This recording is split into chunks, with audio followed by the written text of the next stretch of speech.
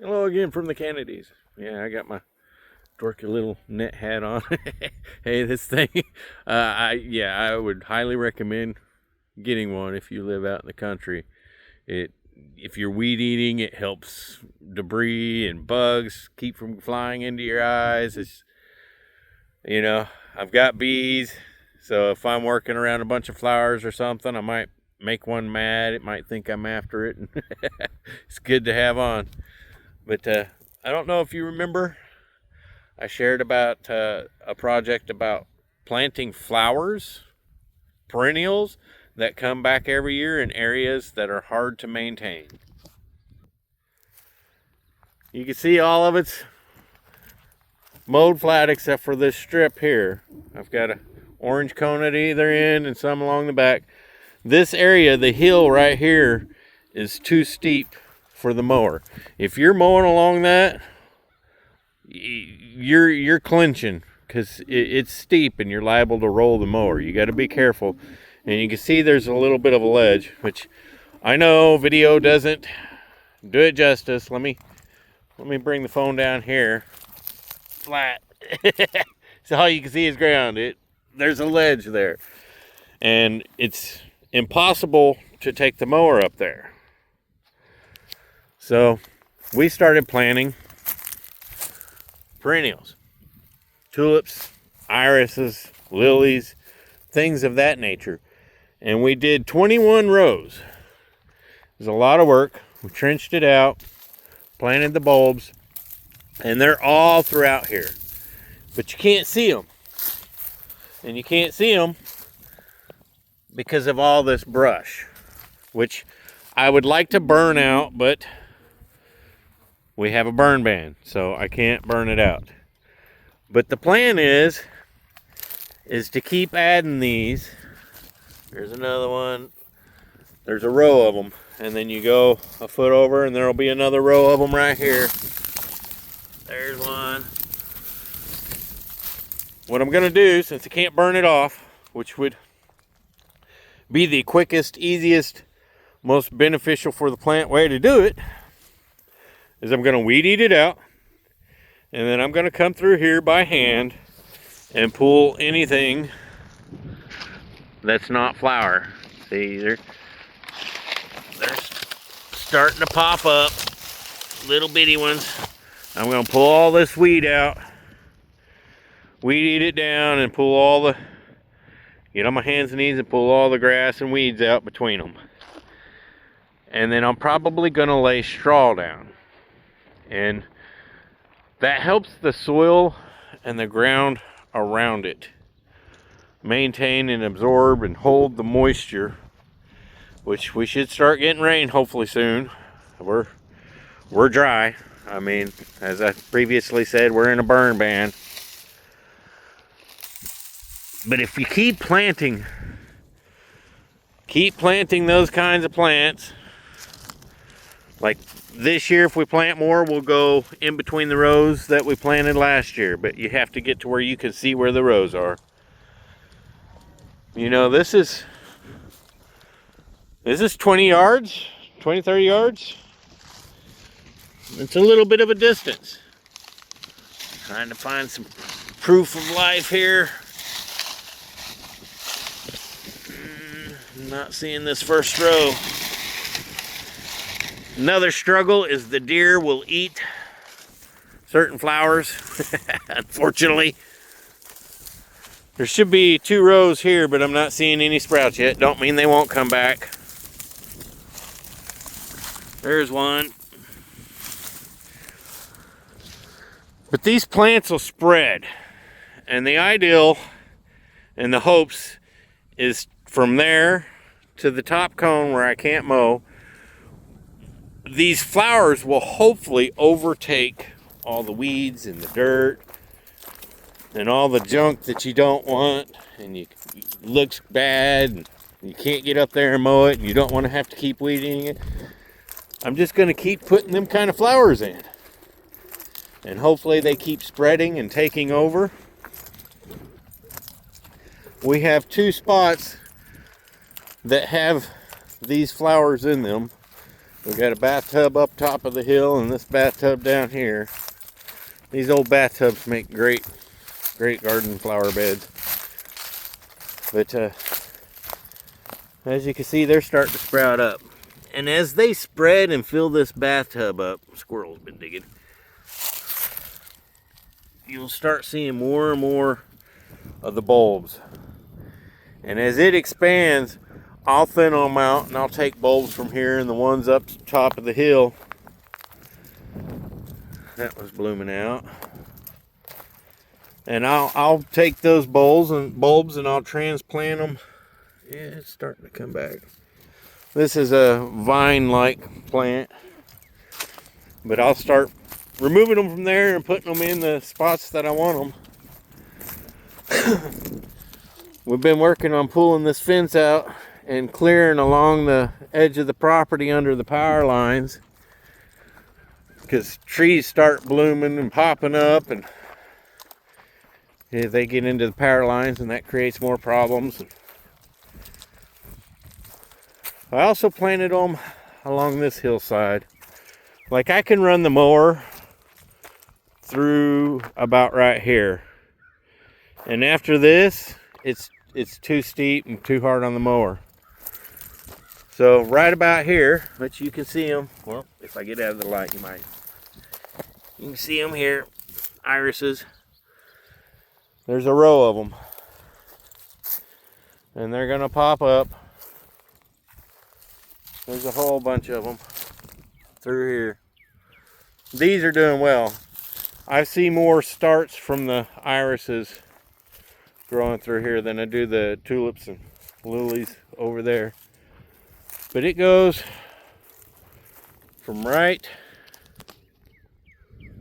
there down about 10 yards to the crest of the hill. And the plan is to continue to cut this out, pull the T-post, pull the fence, pull any trees and roots and steep hill. These armadillos are relentless.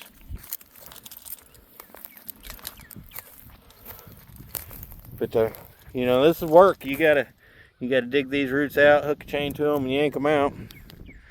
And I want to do this all the way down to where the other driveway start will be. And then all the way up. Eventually, ideally, we'd like to do the entire front of the property. I've got something else in mind for fencing. More decorative.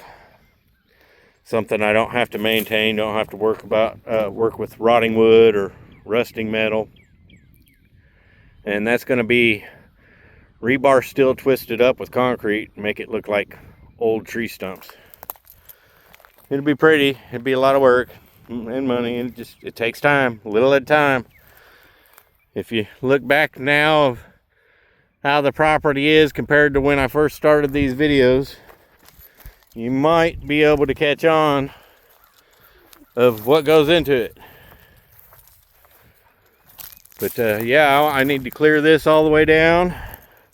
And I'm going to plant them flowers all the way along the crest of the hill as kind of a stopping point of mowing. In areas that's not safe to mow, that I don't want to weed eat. So that's my tip to you. If you get a chunk of land, you get a property, and you don't want to get out there and weed eat all the time. I mean, this place takes 10 hours to mow. And that's not weeding. That's just mowing. And that's with a industrial zero-turn mower. You can't go fast because it'll beat you to death. I mean, ruts, washed out spots from water running down the hill. An armadillo will dig a hole. We'll start getting rain after a drought, and that water will rush down and divot out that hole. And I mean, it's like a stream coming down your hillside. That's why those of us out in the country up on big hills don't like armadillos.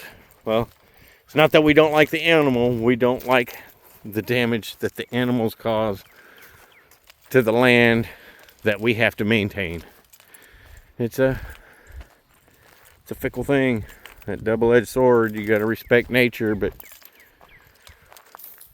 I don't like to dispatch anything, but I do shoot the armadillos, unfortunately. If we get too many of them, you know, one here or there, I don't mind, but when you start seeing 4 or 5 running together, you got a issue that's going to get out of hand. But I'm going to get to it. I just wanted to show you what I'm working on today, and my plans for the future is that you're going to pull in. All of this will be nice and mowed, and then from there to up to the top will be a patch of flowers, because that spot is not safe to mow. These hills are very steep.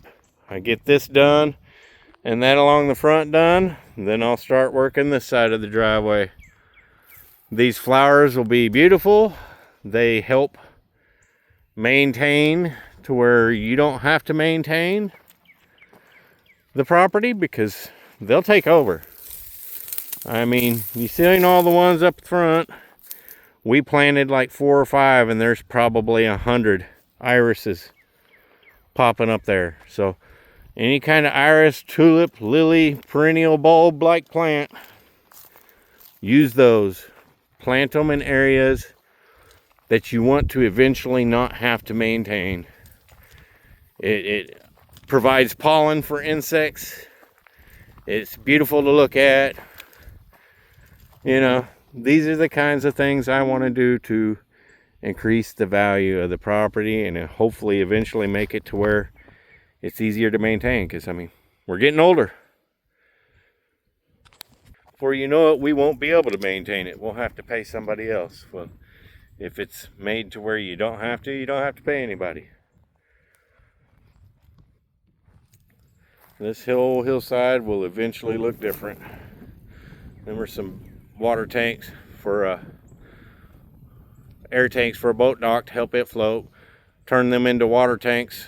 I'm going to devise a water collection system and run hoses from it, tie it together, run hoses from it, and run underground irrigation through the orchard, so that during droughts I can come down here and turn a knob and water the orchard. But that's, again, another project.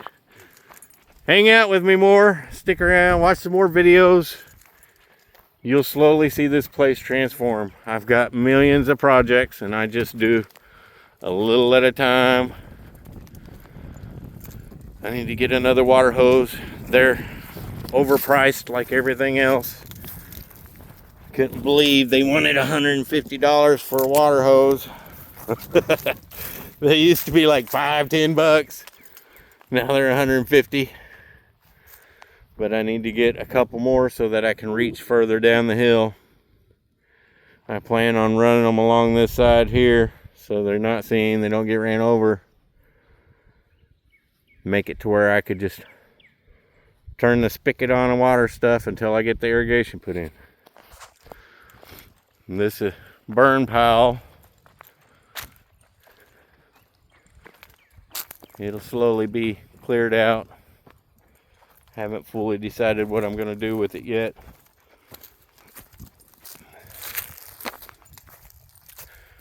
As of now, we use it for burning wood, cardboard, paper, any trash that's not toxic, no plastics.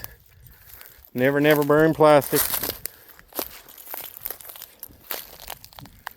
There was a huge tree here. We got it burnt out. Just slowly clearing it out, and then I'll start pulling this rock out, transferring it into places with holes, and clear it up. Another project. But I'm going to get to it. Have a good day.